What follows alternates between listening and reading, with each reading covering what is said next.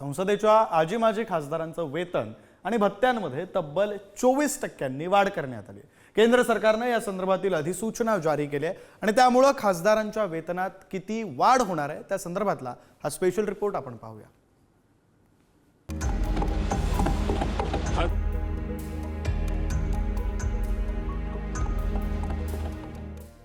सध्या मार्च महिना सुरू आहे। सर्व पगारदारांना आपल्या वेतन वाढीचे वेध लागलेत।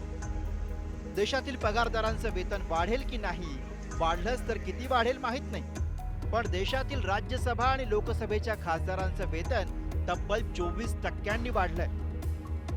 आता तुम्ही म्हणाल, तळ राखी तो पाणी चाखी, पण ही वाढ 1 एप्रिल 2025 पासून नाही, तर पूर्वलक्षी प्रभावानं 1 एप्रिल 2023 पासून करण्यात आली आहे। त्यामुळे खासदारांची वेतन वाढ म्हणजे आंधळा मागतो एक डोळा आणि देव देतो 2 डोळे।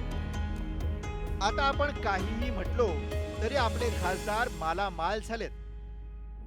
खासदारांचं दरमहा वेतन पूर्वी 1 लाख रुपये, आता झालंय 1,24,000। दैनिक भत्ता पूर्वी 2,000 रुपये प्रति दिवस, आता 2,500 रुपये प्रति दिवस। माजी खासदारांचं दरमहा वेतन पूर्वी 25,000 रुपये, आता 31,000 रुपये झालंय। अतिरिक्त पेन्शन पूर्वी 2,000 रुपये महिना, आता 2,500 रुपये महिना।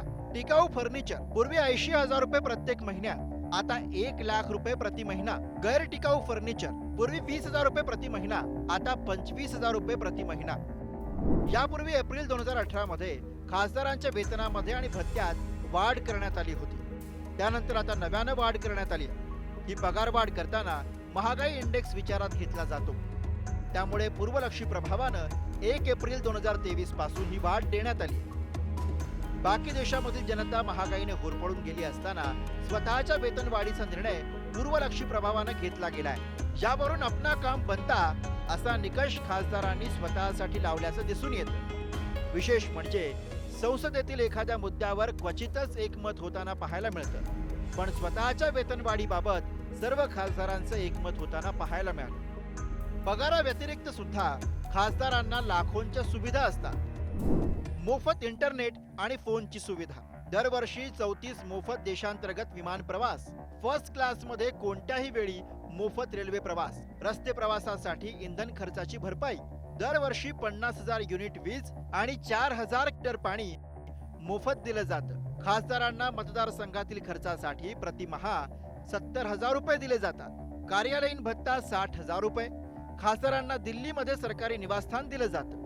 मोफत आरोग्य सेवा आणि संसदेतल्या कॅन्टीन मध्ये कमी दरात जेवण दिलं जातं।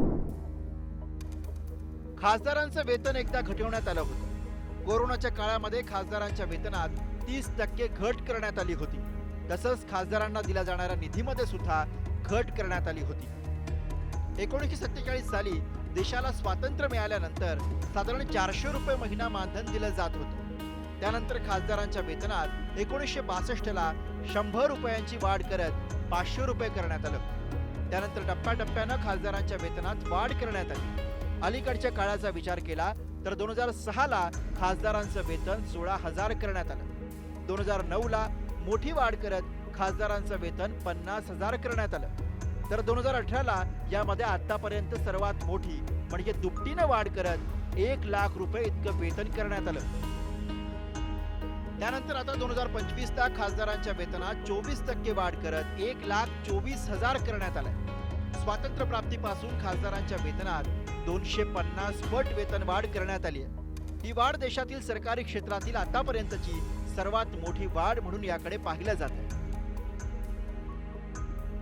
केंद्रातल्या सेक्रेटरीचा पगार आपण असताना बघितला तर 2.25 लाख आहे आणि त्याच सदस्याचा आपण असताना बघितला तर 75,000 अशी असणारी परिस्थिती आहे। तुम्हाला जर ॲडमिनिस्ट्रेशन व्यवस्थित चालवायचं असेल तर तुम्हाला पॅरिटी ही मेंटेन करणं ही गरजेचं आहे। ती पॅरिटी ही तुम्ही मेंटेन केली नाही तर ॲडमिनिस्ट्रेशन इफेक्ट होतं अशी असणारी परिस्थिती आहे आणि म्हणून हा वाढीचा जो भाग आहे तो गौण आहे असं मी त्या ठिकाणी मानतो। 2018 पूर्वी खासदारांच्या मानधनामध्ये त्यावेळेस थोडी वाढ झाली होती आणि एक नवीन ढाचा त्यावेळेस तयार झाला होता आणि जवळपास 18 पासून तर आज जवळपास 8 वर्ष झाले। 8 वर्षानंतर त्याच्यामध्ये 24% वाढ केली असेल. पण ही गोष्ट नेमकी लोकांच्या लक्षामध्ये येते की सगळेच खासदार हे काही सदन आणि श्रीमंत नसतात. आजही आपण पाहत असाल अनेक पक्षांमध्ये असे खासदार आहेत की ते अतिशय गरीब कुटुंबातून सामाजिक कार्य करत लोकांची सेवा करत या पदापर्यंत पोहोचलेले असतात. हे झालं आपल्या आदर्श लोकशाहीच्या लोकप्रतिनिधींच्या वेतनवाढीबाबत. मार्च एंड असल्यामुळे तुमच्या वेतनवाढीची आशा तुमच्या मनात नक्की असेल. ती आशा कायम जिवंत राहू. या आशेवर असणाऱ्यांचं अदम गोंडवी खूप छान शब्दामध्ये वर्णन करतात. इधर एक दिन की आमदनी का औसत है चवन्नी का, उधर लाखों में गांधी जी के चेलों की कमाई है. तुम्हारी फाइलों में गांव का मौसम गुलाबी है, मगर ये आंकड़े झूठे हैं, ये दावा किताबी है. त्यामुळे तुमच्या स्वप्नातली वेतनवाढ खासदारांना मिळाली असली तरी तुमच्या अपेक्षा मात्र कायम राहू द्यात. शिवाजी काळे, पुढारी न्यूज, दिल्ली.